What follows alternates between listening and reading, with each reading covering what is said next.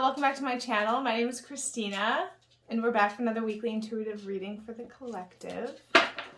Thanks for being here. How did your week go? Mine was full, very revealing of self. That point of know thyself. It means I guess I kind of always had that point in the context of know thyself as thy true self, the strongest self, the utmost potential self. But really know thyself is just know how you operate, know your tendencies, know where your weaknesses are, know what your strengths are, know where you kind of get triggered, know, your patterns, know how you tend to automatically operate so that you can work with that programming and, give it direction. So it was interesting because that know thyself really came through this week as a point of, it's not about knowing thyself as the ultimate supreme self, that is one with everything and equal to everything, but rather know thyself as you currently are. And what does that look like? And how does that exist? And how can you work with that? So very humbling, very grounding, very just where we are, just where we're at. So, okay, just had to make some adjustments. So yeah, just that point of knowing thyself. Know thyself as you are at the moment, without judgment, without any filters, but just practically speaking, how do you currently exist? Because that's the self to work with and to know, because knowing yourself gives you advantage of how to direct yourself, Okay, so our card for this week is, anyways, I hope you did have a good last week and your boat didn't rock too much. I'd love to hear if you have anything to share from this last week, any lessons learned, experiences walked through. Share. Did I have it open the other way? Okay, this is our card. Ho! Okay. Yes. Tsunami, wake up call. Yes, this talk about rocking boats, baby. Fuck. This is kind of similar to what I faced this last week too, in terms of the tsunami, the wake up call is the fucking your boat rocking, your waters rocking, where it's holy shit. It's almost like getting the aftermath of what you put out. So it's who you are in a moment casts waves. You cast waves. You're you're sending energy out into existence. Who you are and how you exist and what you speak and what you live and what you think about and who you are in a physical feeling resonant level. This is something that moves, and so it's what you're creating, what waves you're putting into existence. The wake-up call is when you put something out there and it comes back and you're oh fuck, that's what I was doing. That's kind of what happened this last week with me. Was I really kind of came face to face with myself in relation to an aspect outside of myself, a particular relationship I existed within, and seeing some really core trauma points that I was existing within that I had to now process and face.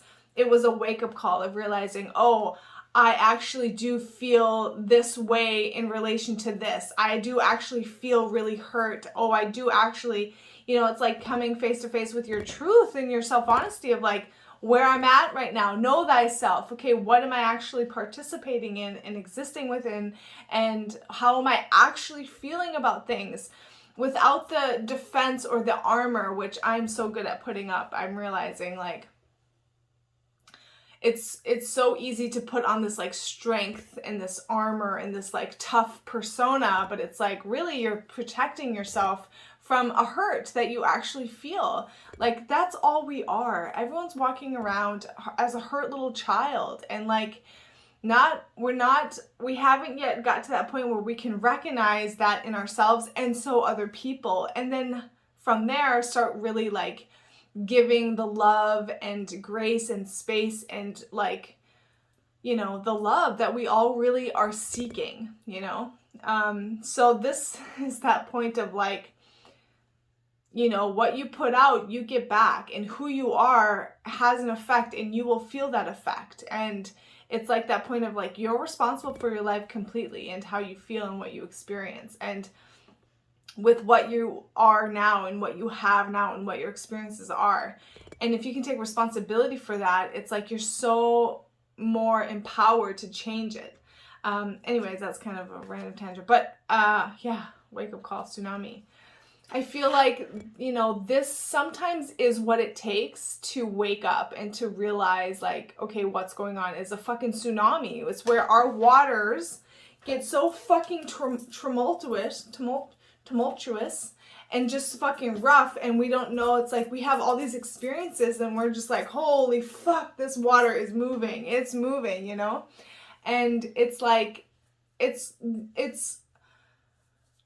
an advantage from one perspective because you can see so clearly what it is that you're creating, what you're putting out into existence based on how you feel and what comes back to you and like what moment triggers what within you. It's like that is something that you've existed within and you've participated within, and now you're seeing it because of how fucking rough the experience is, but now you can work with it, you know, and seeing it, you can work with it, being aware of it, you can work with it, waking up to it, you know, you can work with it. So, you know, it's interesting too because it's like in the nighttime, so it's like we don't often see what we're building or creating or what's coming, you know, but you can get a sense of it, and it's like, yeah. So that's really all that's coming up right now for that. Is just that point of like the tidal wave, like the tidal wave. It's also that point of like, you know, if you can think of life and your experiences within it and like us as a collective, we are just really like a ball of water, of ocean, you know, we're just all, you know, this like, we're, you know, it's like we're just this liquid that's kind of like, you know, there is no actual border or disconnection. Everything's connected as like this ocean of sound, of resonance. And, you know, sometimes when you get kicked up and there's a lot of things going on inside of you, it could be yours, it could be what's going on in the environment, people around you, but it's learning to go with the motion of the ocean and realize that like there are these experiences sometimes that you can get swept away within and just fucking, it's like a tidal wave. It fucking sends you fucking flying, or it crashes onto you, or you get fucking thrown up in the air and you're just like, holy shit, why is my life so fucking out of control like this, you know? And it's learning how to find the center within that, because there is a center within that. No matter what's going on around you, no matter how like big things get kicked up or how like big you feel things, there is a center point within you that you can find and like anchor into, so that you're not getting tossed into the emotion of the ocean that is often kicked up by other people also. So that's a big thing too, also like realizing, what are we adding to this ocean that is the collective of all of us? Like, what experiences are we putting out? Who are we? Our thoughts, word, and deeds, like that's being added to the collective ocean that we all exist within. And is that something you want to put out that other people will have access to? Like, what are you putting into this ocean that is us that you want people to like have access to? But then also realizing too that like you're picking up, and you can pick up on other things existing in the ocean that maybe aren't yours, and you don't have to participate with, and you don't have to get involved with. So it's that point of like learning how to become the anchor in the motion of our ocean, because really that is what we are. We're just a body of water all existing here together, and you know, we're picking up on sounds and resonance and reverberations and frequencies and all that stuff, and like it's just learning how to fine-tune yourself and your presence so that the ocean doesn't have such an impact on you, but rather you can become an actual influence of the ocean, where you can have an effect on the greater ocean that is us, in a way that is beneficial. And by you having that anchor and having that presence, that is what you're supporting the collective ocean to, you know, it's like you're creating that point of like, okay, this point exists in this ocean of us, this point of stability and anchoring and presence and quiet and calm and understanding and forgiveness and peace, and like you become that point in the ocean of us, and now all of a sudden you're giving that access to other people, and you're putting that into like, you know, it's like,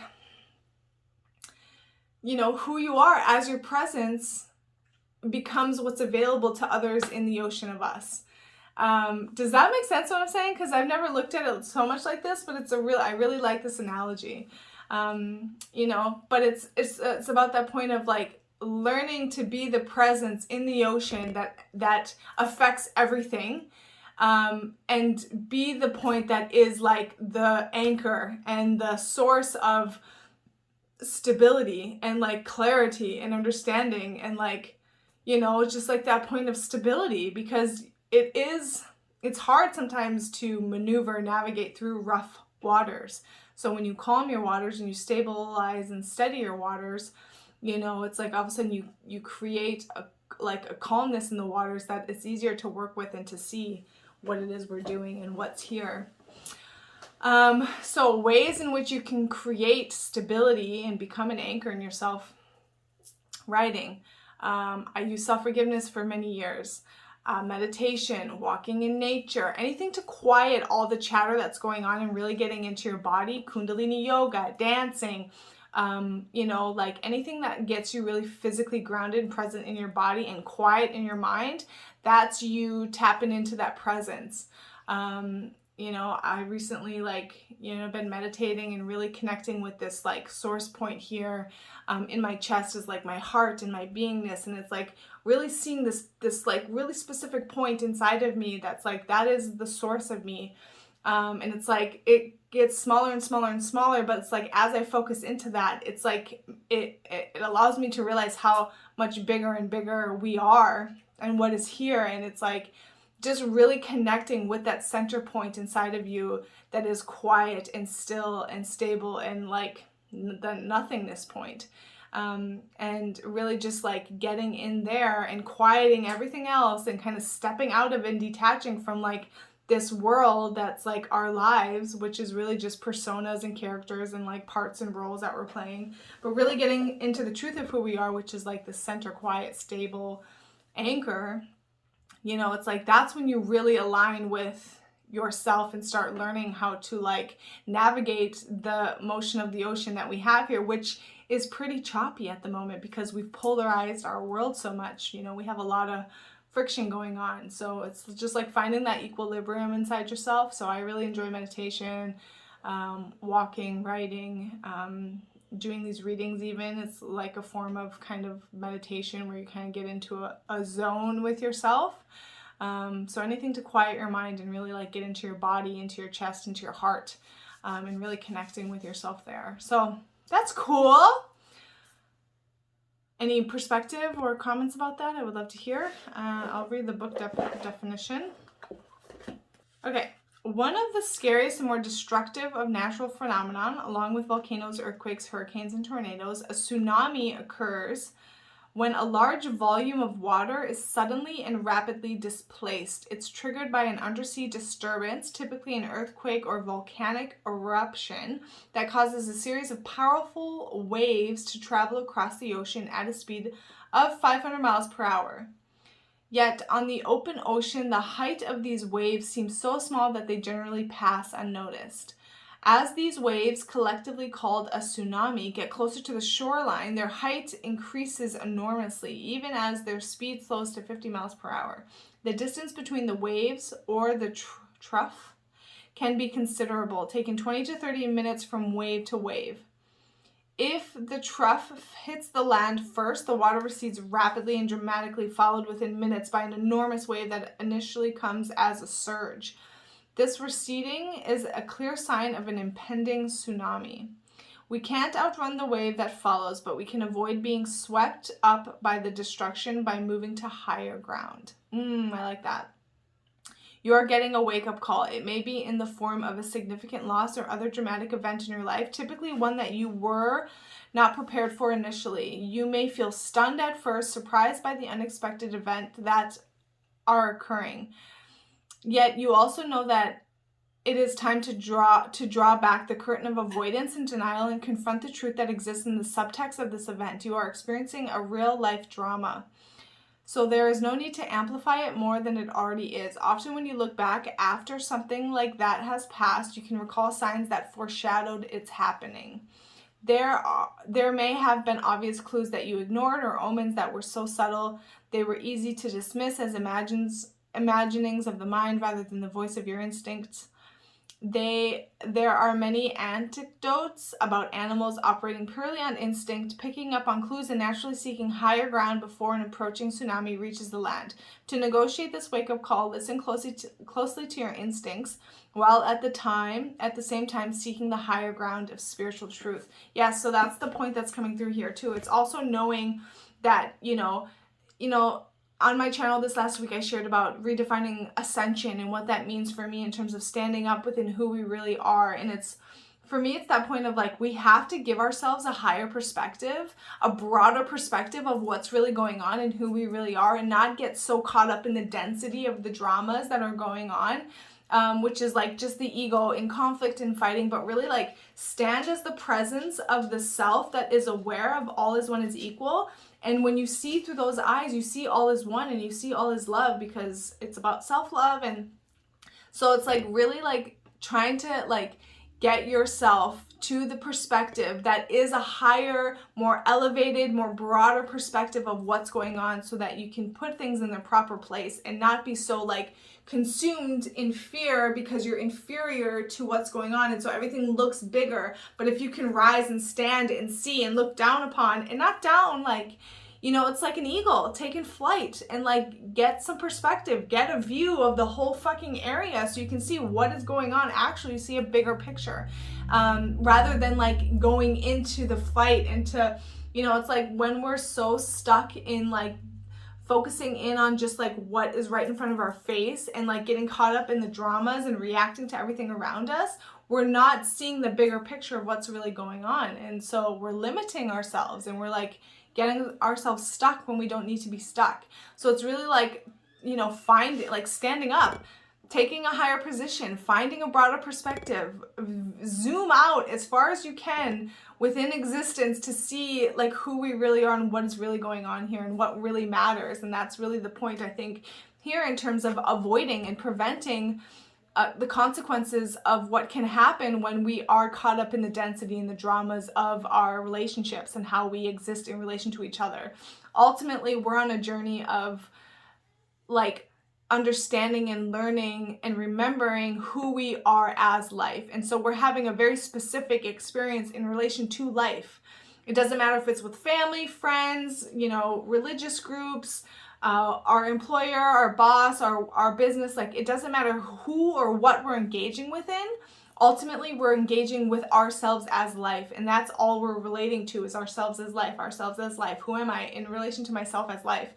And so to avoid the consequences of getting caught up in conflict with myself as life, as everything that's here, rise above it and see, oh, this is actually all me. And I actually really love myself. And so let me extend that self-love to everything that is here. And let me stop fighting with myself as everything that's here. It's like taking finding the higher position, finding the higher perspective, taking a broader perspective of what is going on, so that we can stop the fight, we can stop the lostness, we can stop the friction, and we can just like see and prioritize what really matters, which is we're just one thing existing here together, and we've been programmed and conditioned to exist in limitation and definitions, and each one has to empower themselves to empower the whole. And we have a process to walk, but yeah, so it's just that point of like getting above things, like get above it, like step up, see from a higher perspective here, out of the fighting, out of the conflict, out of the blame. If any of that exists, you're fucking stuck in the density of this physical reality, and you're not seeing the moreness that is here. There's more here than what we can just physically like see or sense. There's something very much deeper going on, and that's, going deep for me is like taking that higher perspective, like seeing what is actually here from the broadest perspective you can take. Hope that makes sense. Hope that's not too existential. Let me know if that makes sense, or if you have any questions. I would be happy to clarify anything I share here. So if anything is not clear to you, please let me know. I would love to expand. But sometimes you need questions for that. So ask some questions, guys. Cool. So life can be challenging. It can throw curveballs. It can like disrupt things, but it's not so much about what life looks like on the external. It's about who you are on the internal. That determines everything. That's your responsibility, how you respond to life. That is what determines everything in creation. So make sure that you're standing responsible and responding to life as you, as all is one is equal, self-love. How can you approach life with self-love to prevent these waves of destruction? You know, how can you approach life as self-love? That's the goal. That's the practice. So, yeah. Thanks for walking with and being here, and see you next week.